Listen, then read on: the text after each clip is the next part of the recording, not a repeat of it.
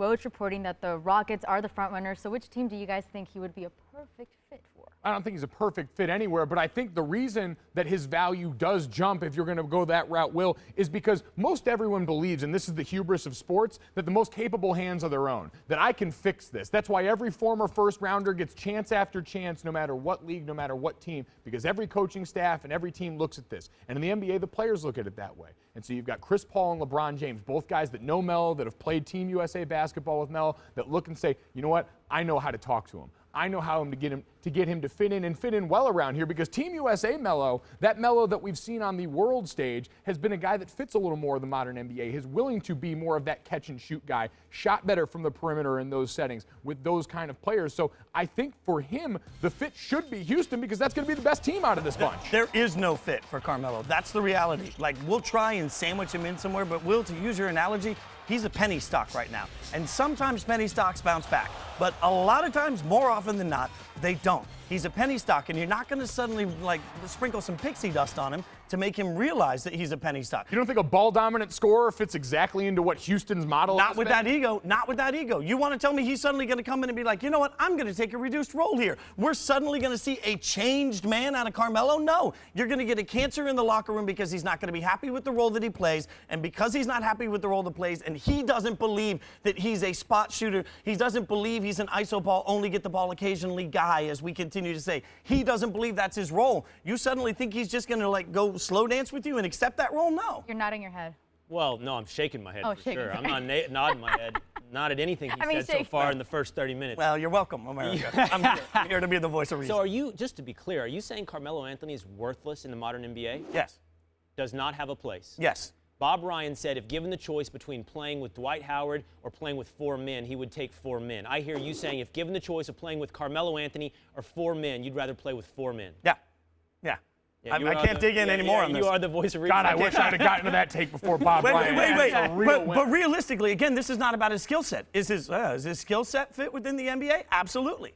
Are you going to get him to accept what his skill set is today and be a part of it? And again, I'll go back because so much of my background is music. You can have the most talented guitar player in the entire world. You do not build a band around that guy. You do not tour with that guy. I have hired lesser guitar players because they're a better fit in a team's atmosphere. That is the way you have to look at this. There is no reason I could possibly look at Carmelo, the guy that only cares about getting paid and only cares about getting his big role. I'm not going to look at that and suddenly see some changed Carmelo. But you're not judging him in isolation in these perfect situations. Look at where he came from. The New York Knicks had a lot bigger problems than Melo, so much so that he came out of New York with, I think, a higher Q rating than a lot of the other parts that were to blame in that cough, Phil Jackson. And so then you take it to Oklahoma City, and he gets to a place where, do we really think Russell Westbrook is all that keyed in on bringing out the best in Carmelo Anthony or anyone else around there? No, Russ is trying to go out there and make sure he gets his, and then everyone else can get value. But to Will's point, what did he say a year ago? Oh, they think I'm coming off the bench.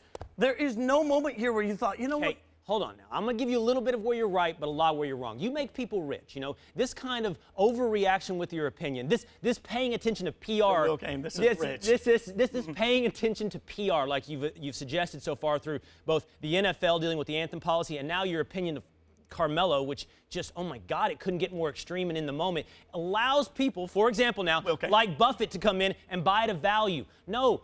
You're right. If you found a lesser guitar player that was better on your team, I understand that. And I'm not telling you Carmelo is worth exactly what his stats suggest to you, because yes, he has been a problem in his self-awareness, but he's not worthless. And if people like you believe that, I'm going to get Carmelo at a hell of a price. How many penny stocks do you buy that don't work? You keep going to this. You keep going to this day trader status where you're buying. I don't buy penny stocks. I buy undervalued stocks, and you're undervaluing. He's a penny stock. You're undervaluing him. Listen, I will get, but the part you're getting right is the key to the Carmelo puzzle here is going to be self-awareness.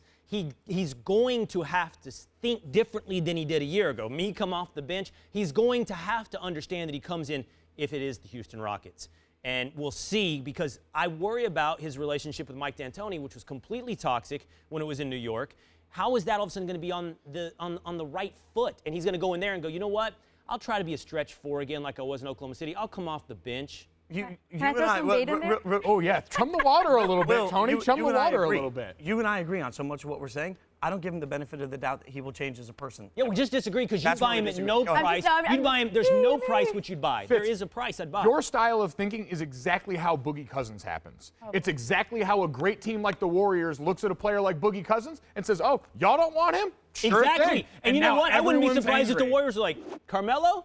For the low-level exception? The Why not? low. What about the Lakers? That's the debate I want to throw in. What about the Lakers? What if LeBron is the guy who can get him back to that Carmelo Anthony that I mean, we do know? we really want to, again, this is nothing about his skill set, and it's everything about him and the version of him we've seen. Do you really want to add him to this locker room that already has some interesting characters? We're asking a lot of Luke Walton, the therapist, not just Luke Walton, the coach. One could argue you're at terminal velocity already. Yeah, I mean, you might as well just throw him in. Lance Yeah. Stevenson. Yeah, I was gonna say, Rondo. you're going for a Kirk can do one-year it without reality him. show over a basketball How much game at crazier this could point. it get? I mean, Hard Knocks NBA style? I mean, if I can get a reality TV show on it, then I'm all in on Carmelo, but only if it's all access 24/7. Carmelo, if he can, I'm going to give Fitz this. It's probably betting against the tide, but if he can accomplish some level of self-awareness, this is who I am now. This is how I can contribute to a team.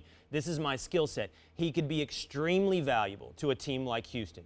If he thinks he has to start, he has to play 30 minutes, he has to be in there in crunch time, and he has to be taking the shots, yeah, it's not worth it.